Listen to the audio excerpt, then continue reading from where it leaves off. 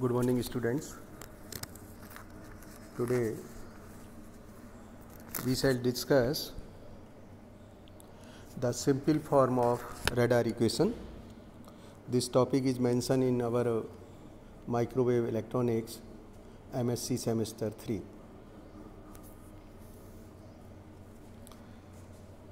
The radar equation relate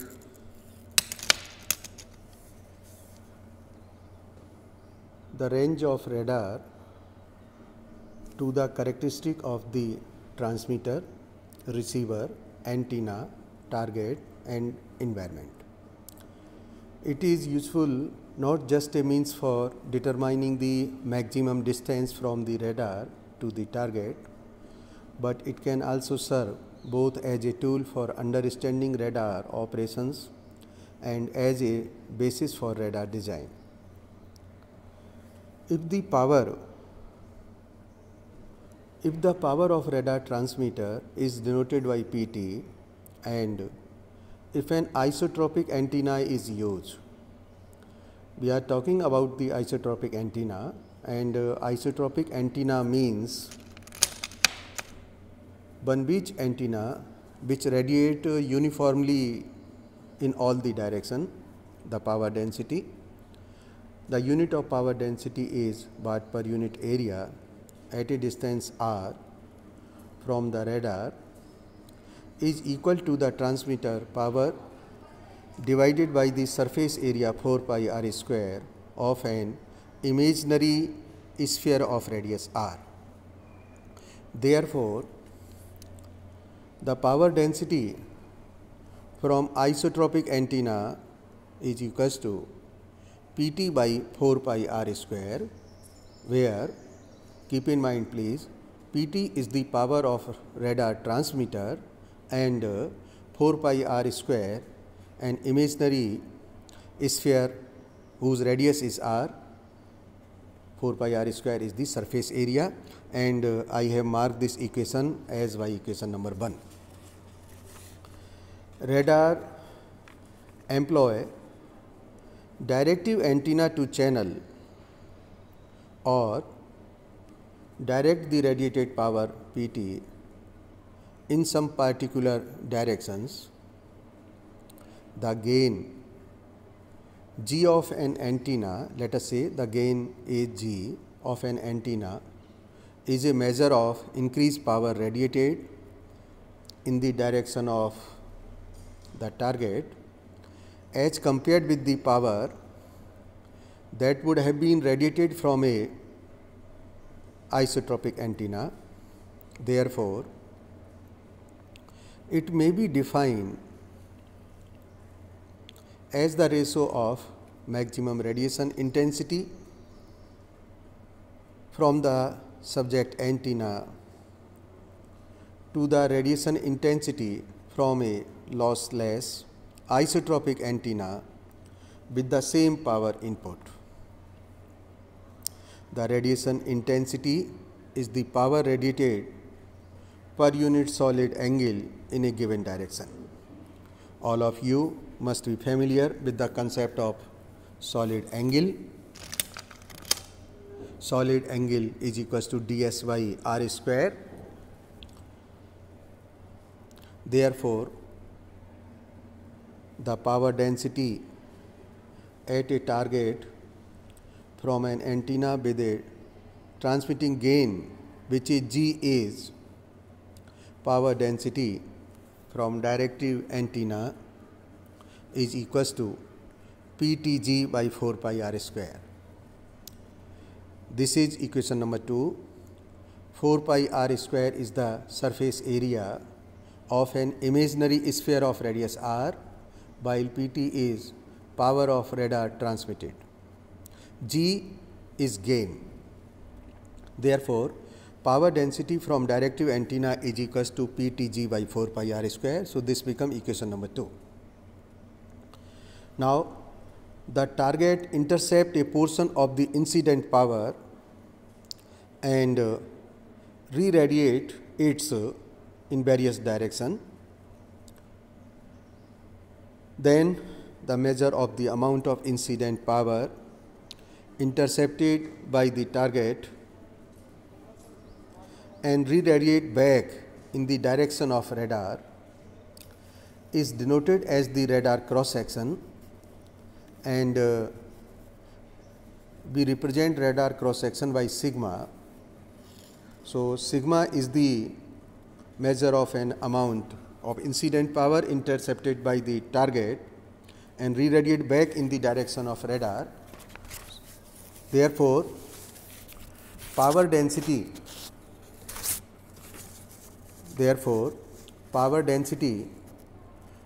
of echo signal of radar is equals to PTG by 4 pi r square and is multiplied by sigma by 4 pi r square.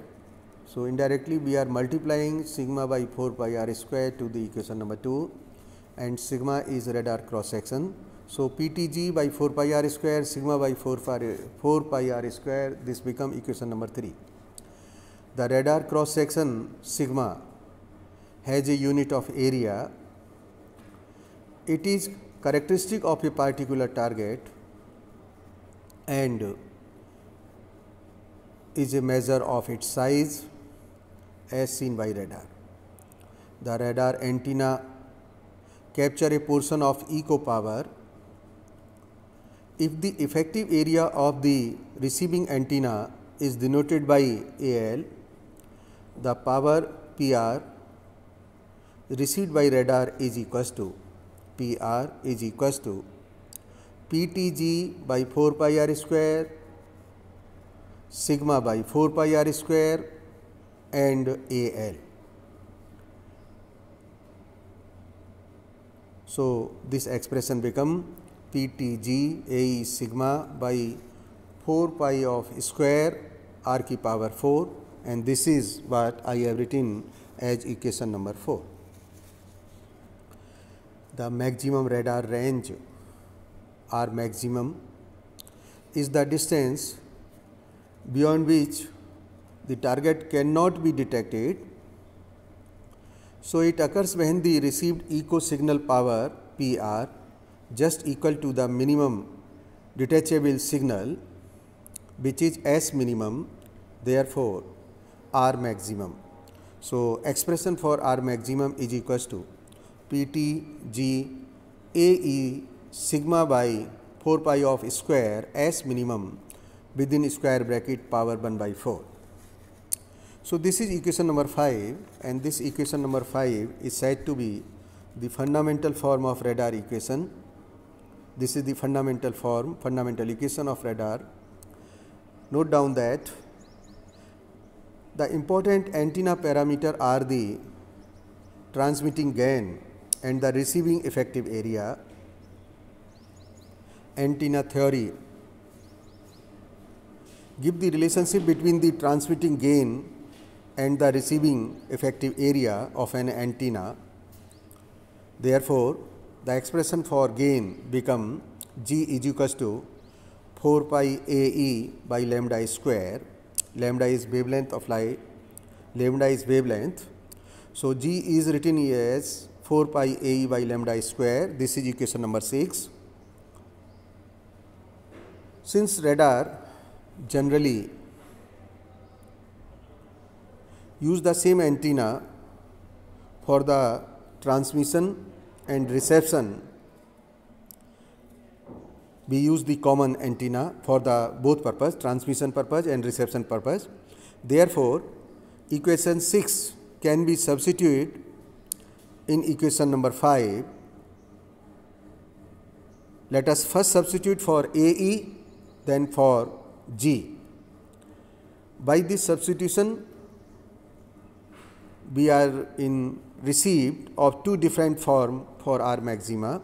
So, let us first substitute AE in equation number 5.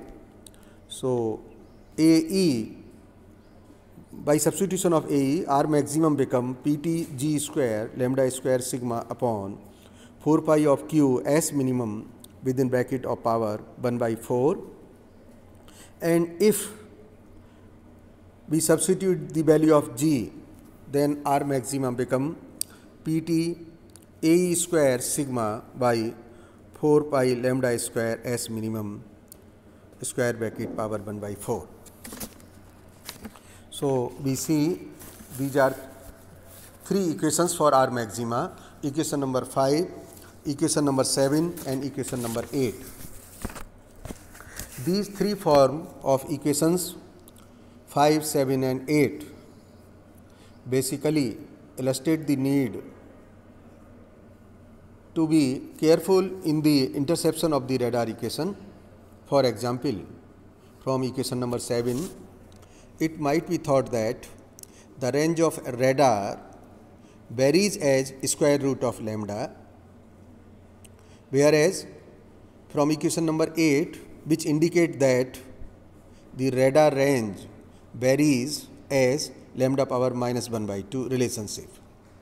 And equation number 5 shows that the range is independent of lambda. The correct relationship of the R maximum depends on whether it is assumed the gain is constant or effective area is constant with the wavelength. Furthermore, the introduction of other constraint such as the requirement to scan a specified volume in a given time can yield a different wavelength dependence.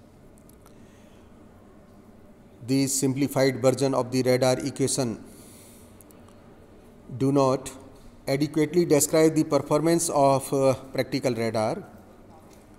Many important factors that affect range are not explicitly included in this equation.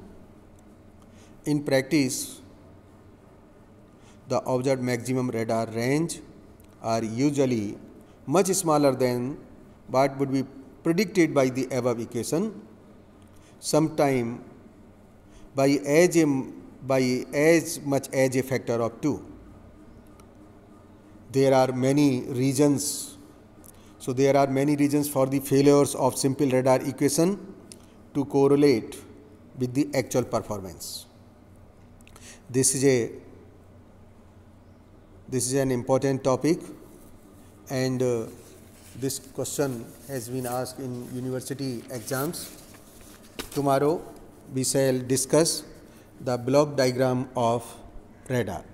Thank you.